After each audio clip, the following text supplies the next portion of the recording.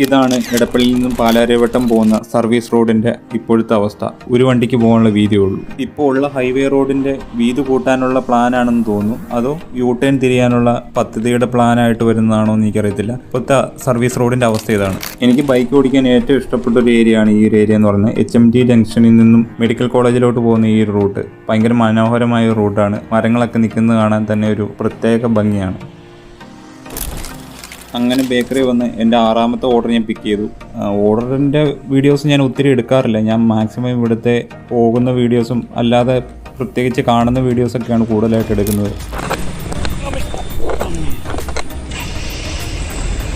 അടുത്ത ഓർഡർ കൊടുക്കാൻ ഞാൻ ചേലൂരിലേക്കാണ് പോയത്. അത് ഞാൻ ടൈം ലാപ്സ് ആയിട്ടാണ് എടുത്തത്.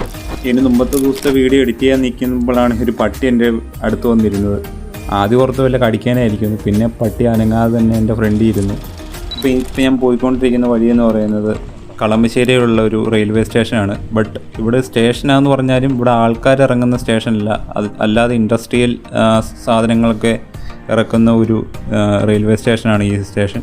അകലേന്ന് വരുന്ന കൽക്കരി അതുപോലെ തന്നെ പെട്രോൾ ഉൽപ്പന്നമൊക്കെ ഇവിടെ ഇറക്കിയിട്ടാണ് എല്ലാ സ്ഥലത്തേക്കും ഡിസ്ട്രിബ്യൂട്ട് ചെയ്യുന്നത്. അങ്ങനെ ഒരു ചെറിയൊരു സ്റ്റേഷനാണിത്.